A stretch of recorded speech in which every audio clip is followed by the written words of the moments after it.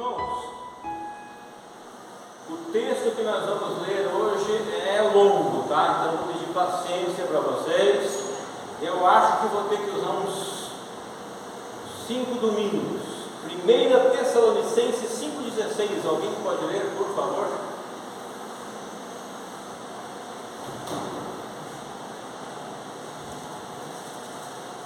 Tessalonicenses 5,16 diz: regocijai-vos sempre.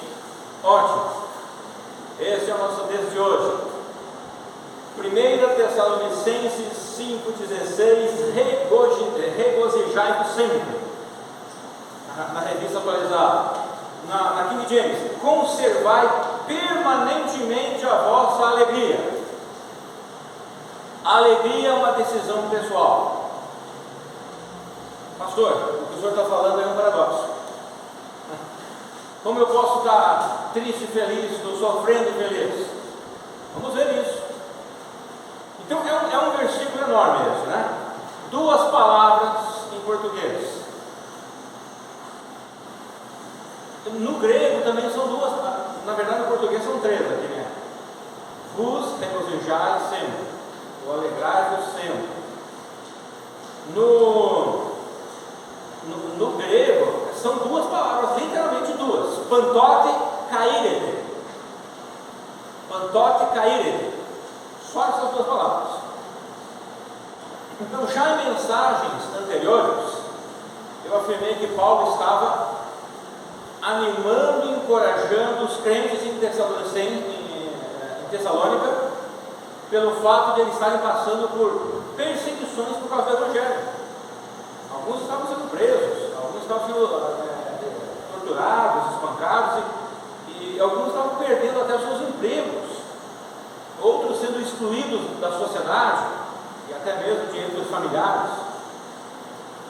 Pedro mesmo e Silas, que iniciaram a igreja lá, não puderam voltar, enviaram Timóteo depois, e eles tiveram que sair às pressas, Pedro e Silas, porque a sociedade lá estava ameaçando a igreja. Então eles pensaram: é melhor nós sairmos daqui para que a igreja não seja prejudicada. Então isso é sacrifício, né? Vamos fazer o sacrifício de sair daqui, não vamos ficar mais aqui. O desejo deles era ficar mais tempo, para que a igreja não seja perturbada. Vamos sair daqui, deixar a igreja em paz. Outros estavam tendo dificuldade de comercializar seus produtos por serem crentes, por serem de Cristo. Imagina lá, você tem o seu negócio e daí a sociedade: não faça negócio lá com o Lucimar, ele é crente. Não compre nada lá do Nicolas, ele é crente. O irmão Carlos tem passado algumas dificuldades no serviço dele por causa disso. Os Correios, por questões políticas, né? Então, por ser crente, eles estavam passando por isso. Então, em meio a tanto sofrimento, Paulo encoraja aqueles crentes para que sejam sempre alegres, mesmo em meio às dificuldades, mesmo em meio ao sofrimento extremo. Mas como fazer isso?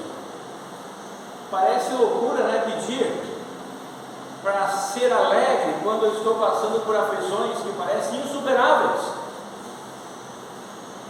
De onde eu vou encontrar forças para ser alegre em momentos de fraqueza e tristeza?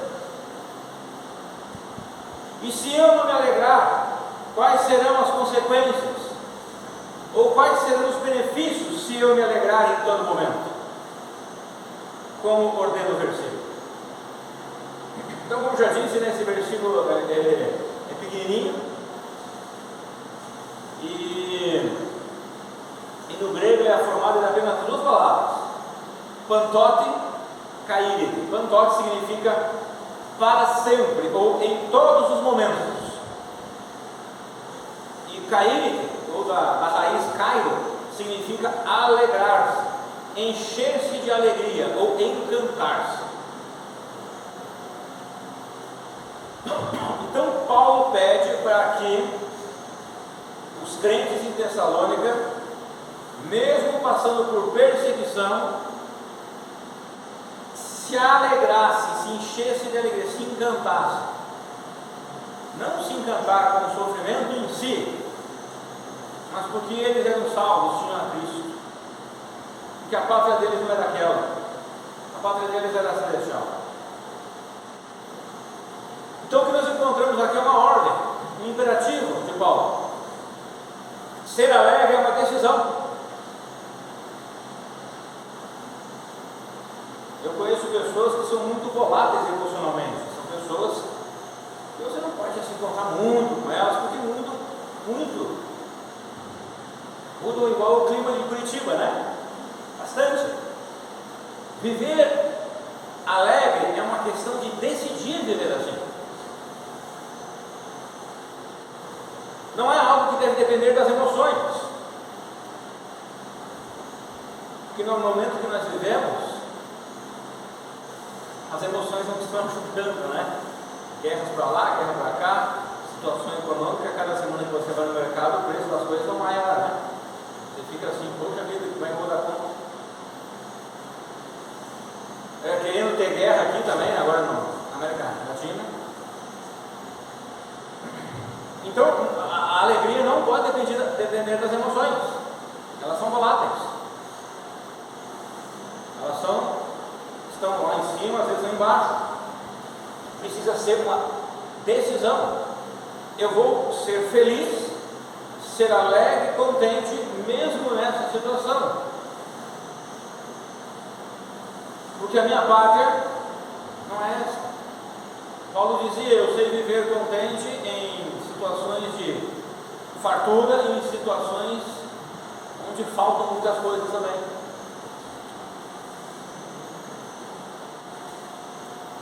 Então não pode depender das emoções. Há momentos em que estamos para baixo, tristes, de luto, desencorajados, desanimados. Nossas emoções são como uma montanha-russa, né? E a vida não pode ser dessa forma.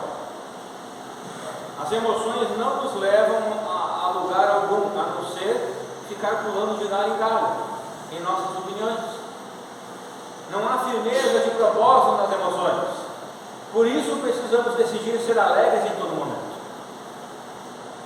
Os Tessalonicenses, eu não estou falando aqui contra as emoções, não estou dizendo que elas sempre são pecaminosas, foi Deus quem as fez, e nós podemos usá-las para glorificar a Deus, podemos usar as emoções para honrar o nome de Deus, mas não depender delas. Então os Tessalonicenses, eles conheceram o Evangelho, foram salvos pelo Evangelho e foram cheios da graça e do Espírito de Deus, e provavelmente eles estavam explodindo de alegria. Você lembra da sua conversão, daquele dia? Explodindo de alegria, aquela coisa, aquela graça de Deus que invadiu meu coração, rasgou meu coração e me encheu de alegria, de contentamento. Você lembra daquele dia? Os Tessalonicenses passaram por isso também, explodindo de alegria. Mas logo vieram as lutas, as aflições, e Paulo diz para eles conservarem-se em alegria. A alegria deles no início da salvação deveria ser permanente. Então lembre-se da sua alegria. Quantos anos atrás você colocou a fé em Cristo? O Antônio estava me relatando que colocou a fé em Cristo agora entre junho e julho. Então lembre-se de onde, quando foi com você. Eu comigo foi lá quando eu tinha 18 anos, em fevereiro. Eu lembro. Paulo está dizendo, inspirado por Deus, mantenha permanente essa alegria, a alegria da salvação. Veja Salmo 51, 12.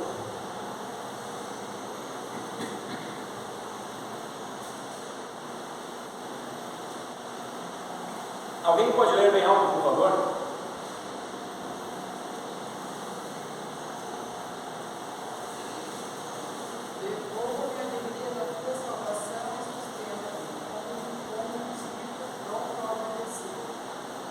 Olha o que o Davi está falando aqui, o rei Davi.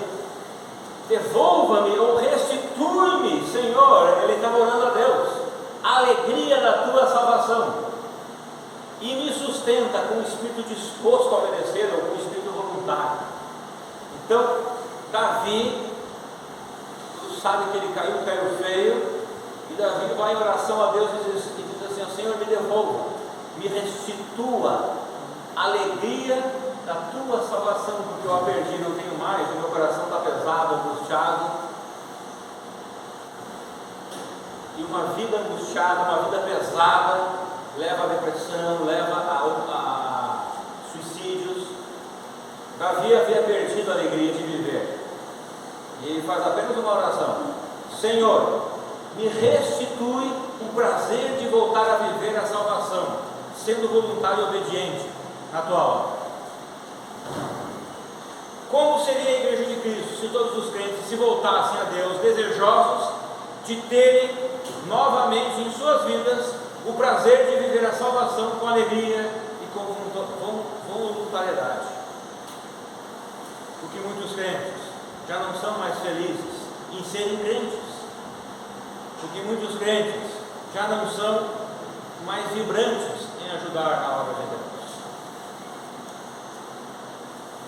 Já não há mais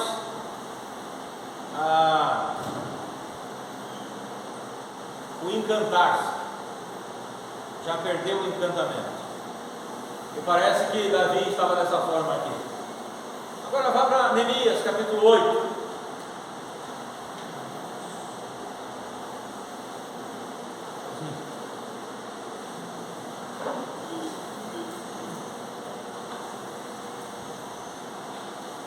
Neemias capítulo 8, versículos 9 a 12.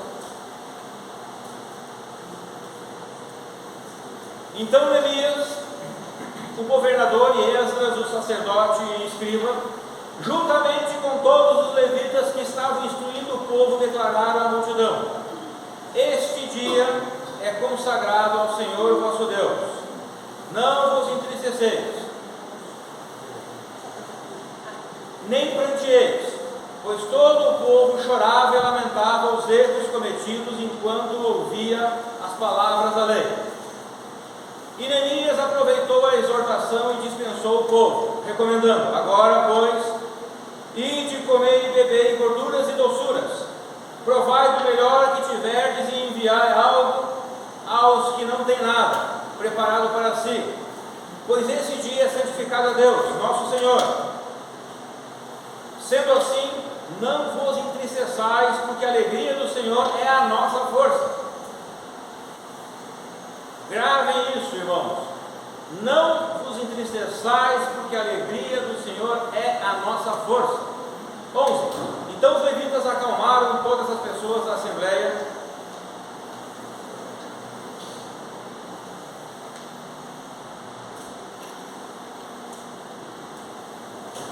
acalmai-vos e ficai em paz, porquanto esse dia é santo. Não vos aflijais, nem vos amedrontais.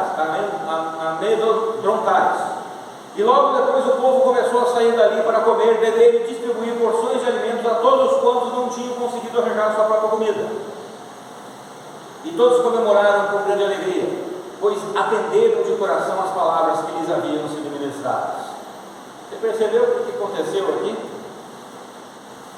A palavra do Senhor foi lida ao povo, e o povo entrou em desespero, porque eles ficaram arrependidos, em desespero pelo pecado que eles estavam cometendo.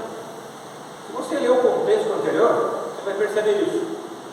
Eles estavam assim, atribulados, angustiados. E agora? A palavra do Senhor foi lida. O Senhor diz que é contra todos aqueles que fazem essas coisas, e nós fizemos tudo isso. Deixamos o Senhor, fomos rebeldes a Ele, começamos a idolatrar coisas ao nosso redor, fomos injustos com os pobres, as viúvas e assim por diante, fomos corruptos no governo de Israel, profanamos o templo, e agora, o que será de nós? E daí Neemias diz assim: vocês não prestam mesmo. Vocês são uma cambada daquilo, né? Não vou falar aquela palavra. Vocês já ouviram pessoas fazendo isso, líderes fazendo isso? Infelizmente, né?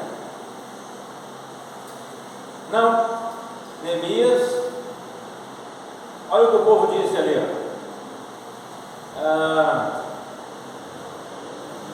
ali no versículo 9 ainda, né? No meio. Esse dia é consagrado ao Senhor vosso Deus. Não vos entristeceis nem pranteeis, pois todo o povo chorava e lamentava os erros cometidos enquanto ouvia as palavras da lei. Esdras então estava pregando a palavra e o povo chorava e lamentava, porque eles reconheciam que eles estavam naquela situação tenebrosa. E Neemias diz, esse dia é santo, santo é Haidos, que quer dizer separado. Esse dia foi separado para vocês ouvirem a mensagem e adorarem a Deus. E o que o povo deveria fazer naquele dia? Um dia santo, um dia separado. Chorar e lamentar? Não. Neemias diz, não vos entristeceis nesse dia. Esse dia é separado para Deus. Esse dia é santo. Vocês não podem se entristecer nesse dia. Vocês precisam ser alegres. É o que Neemias está falando aqui. E olha o que Neemias diz no versículo 9.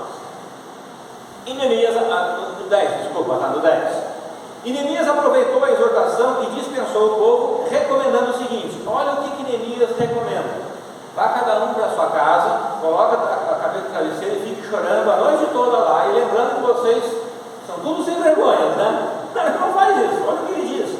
Agora, pois, ide, comei e bebei gorduras, doçuras, provai o melhor que vocês têm e enviem algo aos que não têm nada preparado para si, porque esse dia é santificado a Deus nosso Senhor. Então, Neemias diz assim, ok, vocês entenderam a palavra de Deus, o coração de vocês ficaram arrependidos, vocês já choraram, agora se levantem, porque esse dia é santo, esse dia é consagrado ao Senhor. Vocês devem ir perante ao Senhor com festa, com alegria, com o melhor que vocês têm. E ele fala aqui, vocês devem se reunir para comer e para beber gorduras e doçuras, provai do melhor e preparai algo para aqueles que não prepararam nada ou que não têm nada. Foi essa a recomendação de Neemias. E ainda no versículo 10 ele termina lá, né? Sendo assim, não vos entristeçais, porque a alegria do Senhor é a nossa força. Ser alegre no Senhor nos dá força, espiritualmente, nos dá força para a nossa fé. Então, irmãos, a comunhão com a alegria do Senhor nos fortalece. Por isso que Deus odeia a rebeldia, por isso que Deus odeia a divisão na igreja local, no meio do seu povo, por isso que Deus odeia aqueles que não têm um coração para ter comunhão com o povo de Deus, porque Deus, Ele se alegra de um coração em comunhão, um coração que se reúne. Uma pessoa sozinha, longe da igreja de Cristo, os desigrejados, ou a igreja virtual, não pode adorar a Deus conforme a Bíblia está explicando. Porque Deus está dizendo, vocês choraram juntos, agora vocês vão se alegrar juntos, vocês vão comer juntos, e aqueles que não têm, vocês precisam providenciar para eles, para que eles tenham e se alegrem junto com vocês, porque vocês alegres no Senhor, o que Neemias está falando, vocês vão comer, vocês vão festejar para o Senhor, e não traz alegria, comunhão e comida?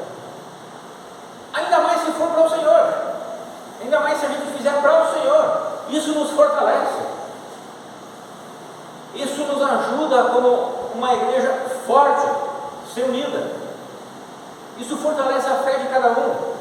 Quantos e quantos vêm para a igreja, muitas vezes, com o coração aflito, triste, em luto, e chega na igreja e tem aquela comunhão e aquilo fortalece ele. Então Neemias e outras lideranças de Israel proclamaram um dia santo ao Senhor, ou seja, um dia separado para cultuar a Deus.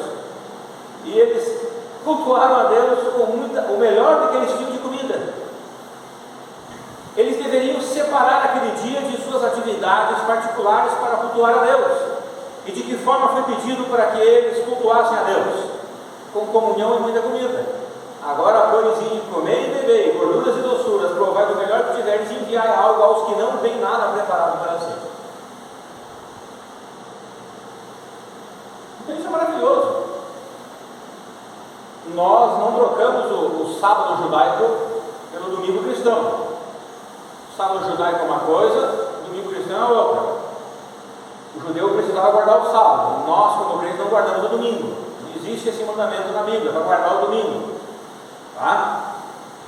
Mas eu preciso fazer como esse povo.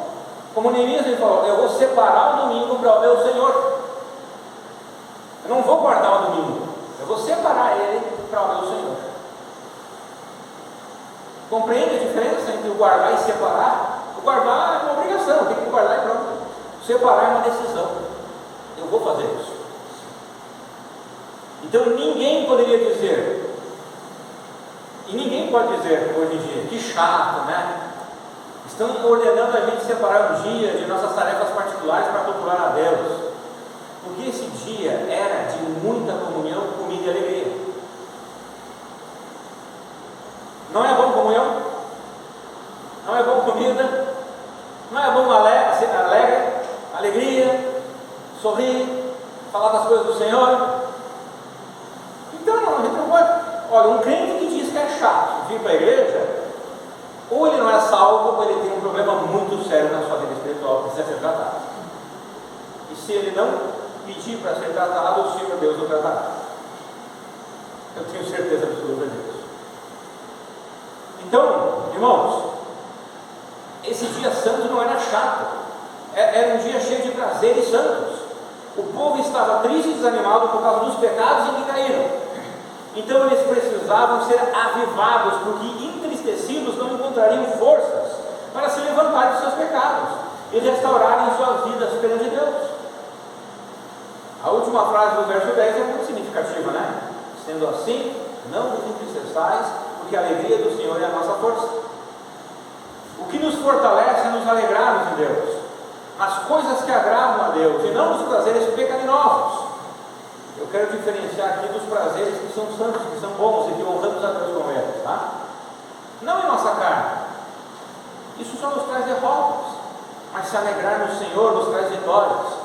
Porque em sermos alegres nas coisas de Deus, seremos fortes para enfrentarmos os gigantes da vida. Provérbios 17, 22.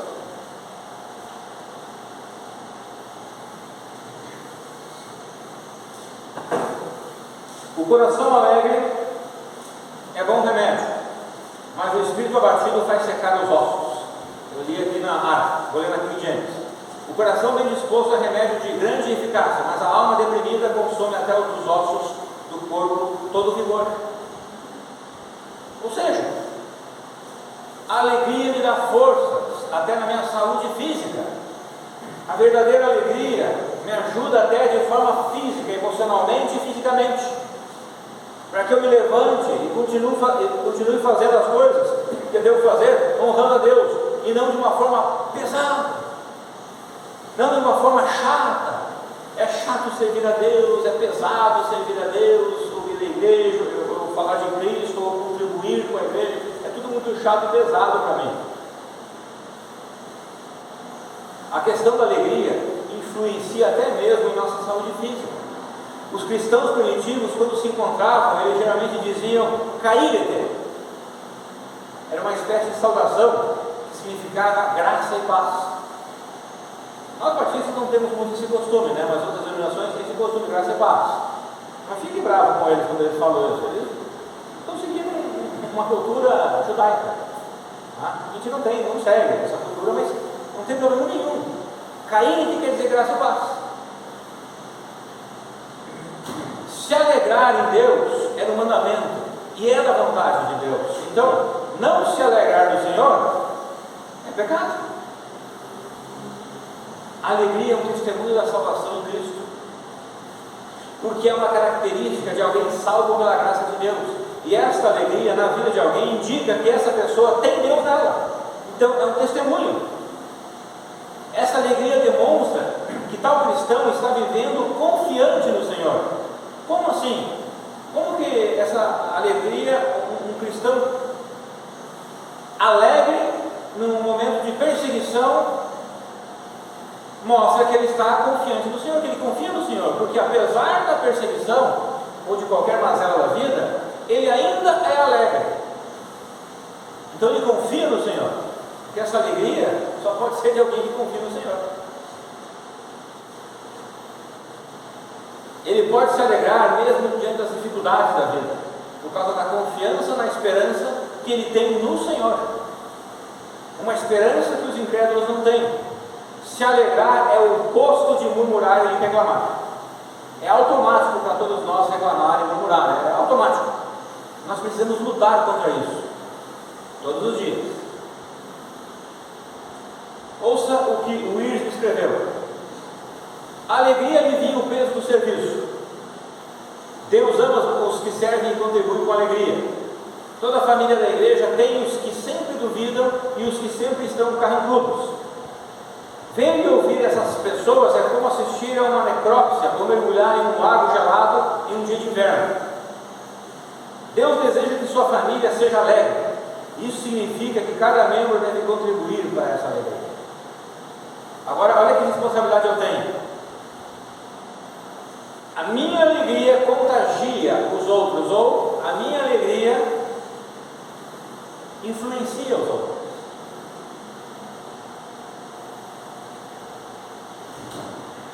Às vezes, não só em minha mensagem de outros, às vezes os pastores contam algumas coisas que não é engraçado, né?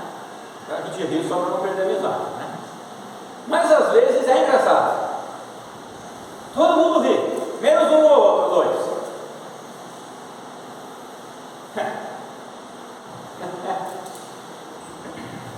É um mau testemunho, né? Mostrando que ele não está querendo ajudar a igreja, ou ela, né, a pessoa não quer ajudar a igreja a andar por esse caminho de alegria. Então a alegria é um imã para aproximar outras pessoas de Cristo, principalmente quando se consegue ser alegre em meio às desgraças da vida. Então uma das características espirituais do fruto do Espírito Santo que Paulo menciona é a alegria. Na verdade, é a segunda característica, Gálatas 5:22. Entretanto, o fruto do Espírito é, primeiro, amor, segundo, alegria. Isso quer dizer que um crente que não procura ser cheio do Espírito Santo não alcançará a alegria do e no Senhor. E ele não está cooperando para a edificação da igreja local. Se você está deixando qualquer experiência de sofrimento roubar a sua alegria, você está pecando contra Deus. As experiências tristes do apóstolo Paulo não tocavam em sua alegria. A alegria de Paulo era intocável. Nada poderia afetar a alegria de Paulo. Veja 2 Coríntios 6, 10. Desculpa, 2 Coríntios 6, de 4 a 10. 2 Coríntios 6, de 4 a 10.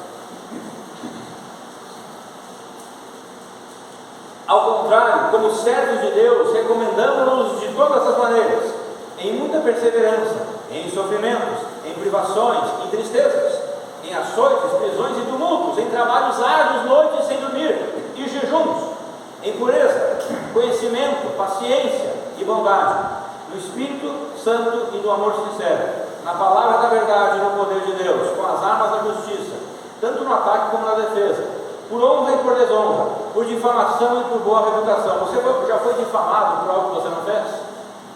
É uma das piores coisas que existe, você ser caluniado, difamado por algo que você não fez ou não é. Paulo passou por isso. Por difamação e por boa reputação, tidos por desonestos, mas sendo verdadeiros, como desconhecidos, porém bem conhecidos, caminhando como quem está prestes a morrer, mas eis que vivemos, torturados, mas não mortos, entristecidos, mas sempre felizes, pobres, mas enriquecendo a muitas pessoas, nada tendo, mas possuindo tudo. Olha a frase paradoxal de Paulo: entristecidos, mas sempre felizes. É possível ser feliz na tristeza, porque ela depende de uma decisão. Parece que Deus nos deixou uma certa parcela de sofrimento para cada um de nós. Nós sempre gostamos de ver aqueles textos da Bíblia que Deus deixou uma herança de bênçãos, e é verdade isso, né? Mas parece que Ele deixou também uma herança de sofrimento para cada um de nós, para nos afiar na fé. E Pedro entendia isso bem. Veja 1 Pedro 4,13. Eu vou ler aqui, tem 2 textos lá. Contudo, alegrai-vos por serdes participantes dos sofrimentos de Cristo, para que também vos alegreis e exulteis na revelação da sua glória. Então Pedro está dizendo: ó, vocês devem se alegrar porque vocês participam dos sofrimentos de Cristo. Isso indica que Cristo deixou um pouco de sofrimento para cada um de nós, para mim e para você, para eu e para você passarmos. Tiago 1,2 diz o seguinte: meus irmãos, tende por motivo de toda alegria o passardes por várias provações. Então, eu devo ser alegre por passar por essas provações, porque é permissão de Deus. Então, aqui é mais claro que Deus tem reservado para você e para mim uma parcela de sofrimento.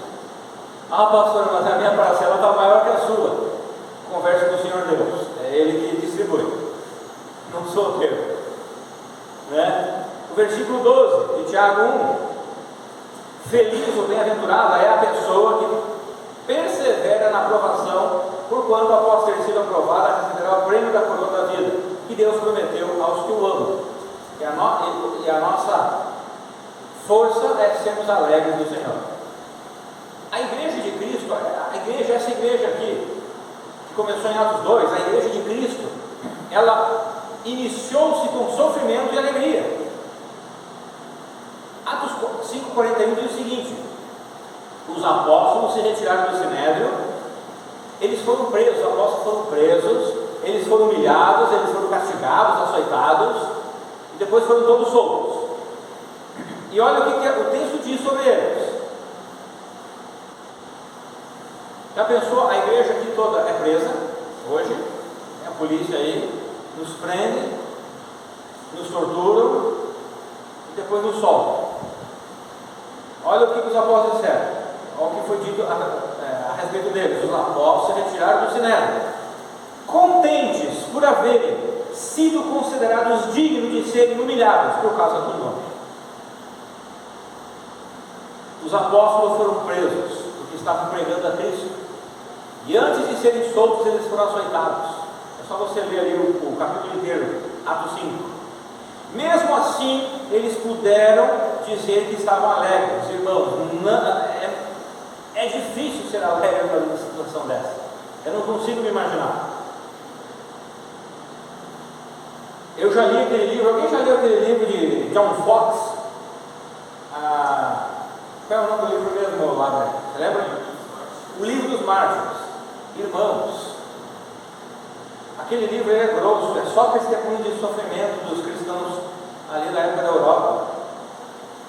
Se você pegar o livro aí, espremer, sai sangue de crentes, de crianças torturadas, mulheres crentes torturadas, crentes afogados, batistas eram afogados, porque nós sempre levantamos a bandeira do batismo por imersão, e nós não podemos deixar isso para trás, principalmente com essa onda nova que tem vindo aí.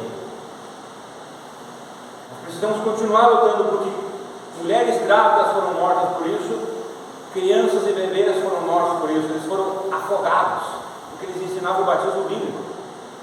Se você lê aquele livro, você fica apavorado. Um pai e um filho sendo torturado, o pai sendo torturado e os algozes torturando ele, e o pai diz para o filho, ele tinha certeza que ia morrer, e ele diz assim: ó, meu filho, daqui a pouco nós nos encontraremos no céu. E sabe quem estava torturando aquele pai e aquele filho? Membros da igreja episcopal, na Inglaterra. E hoje, um monte de crente quer ser amigo de católico, de reformados que não são reformados verdadeiros, de episcopais, querem ter. Nós esquecemos que a Bíblia é contra essa união de todas as igrejas e religiões. Cristo quer comunhão verdadeira, bíblica, não essa comunhão política, geográfica entre todas as religiões. Não é porque alguns se dizem cristãos que são realmente. Infelizmente, protestantes mataram protestantes. Temos isso registrado na história. Infelizmente isso aconteceu. Os apóstolos foram presos, foram açoitados. Então, assim, irmãos, essas coisas, não é fácil ser feliz em situações assim. Você acha que é fácil? Quando eu li aquele livro, que eu citei aquele livro, o livro dos Mártires de John Fox, eu ia lendo e não via a hora de acabar, porque eu não aguentava, mas eu não queria parar de ler, eu queria ler todos os testemunhos. E eu ficava assim, Senhor Deus, eu não ia aguentar. Só que depois eu pensei assim, não, se Deus permitisse que eu passasse por aquilo, eu iria aguentar por causa da graça dele sobre a minha vida, não por mim. Então eu ia aguentar, porque ele me dá graça para aguentar. Somente vidas dependentes de Deus e maduras espiritualmente é que conseguem viver felizes em momentos de angústia, porque entendem a vontade de Deus para as suas vidas. São crentes que conseguem entender o sofrimento de Cristo e conseguem entender que o sofrimento pode ser uma bênção para o seu crescimento espiritual, como lemos lá em Tiago 1, 2 e 1:12. A alegria de Deus é diferente da alegria do mundo. A alegria de Deus satisfaz a alma, já a alegria do mundo é insatisfatória, não sacia a alma.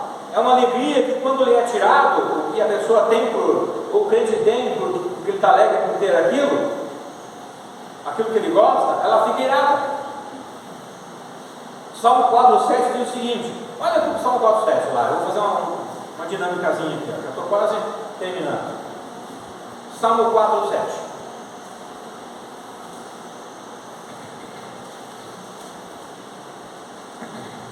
Colocaste em meu coração mais alegria do que a daqueles que têm fartura nas épocas de trigo e de vinho. Nós encontramos aqui duas alegrias, a do mundo e a de Deus. Vocês conseguem enxergar nesse versículo as duas alegrias? Pode falar lá então, Danilo, o Abner, que já balançaram a cabeça.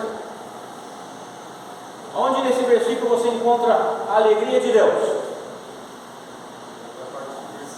Primeira parte, porque ele diz: o Senhor colocou no meu coração a alegria, e uma alegria muito maior do que a alegria dos outros. E a segunda parte do versículo, quando no Antigo Testamento falava de trigo e vinho, o significado significava fartura, tá? Muita fartura, riquezas. Então a outra alegria é a alegria que vem das riquezas. Se a riqueza acabar, eu já não fico mais alegre. Mas Cristo, Deus, me dá uma alegria que sacia minha alma. Você consegue perceber então? A alegria do mundo e a alegria de Deus. A alegria espiritual é aquela que Deus coloca no coração do homem, é uma alegria indescritível, é maior e mais duradoura do que a alegria do mundo.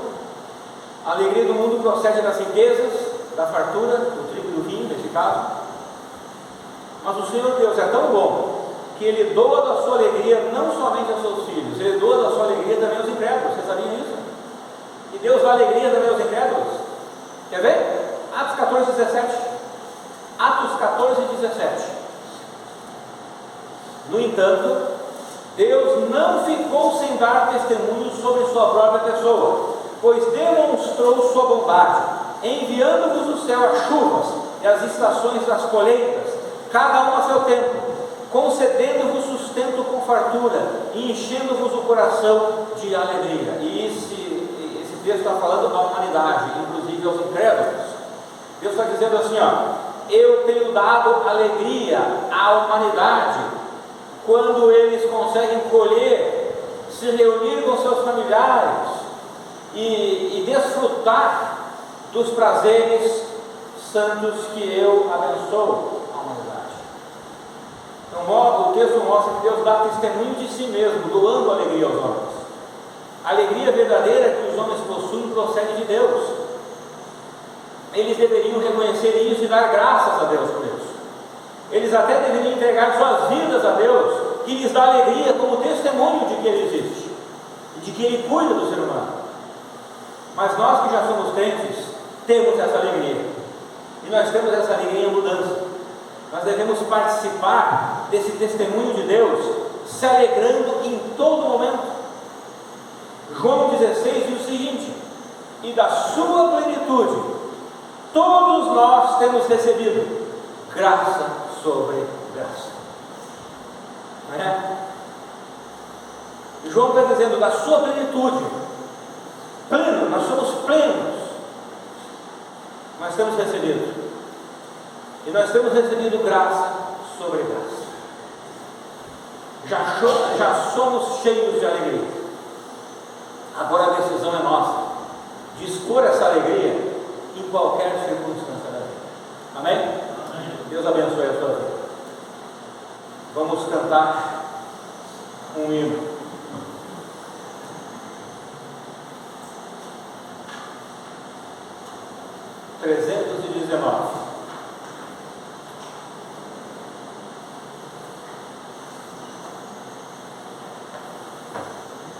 Com Cristo estou contente. Vamos cantar a primeira. Vamos cantar todas as estrofes, as três. Estamos alegres, né? Pedir àqueles que podem se colocar de pé, por favor. Com Cristo estou contente.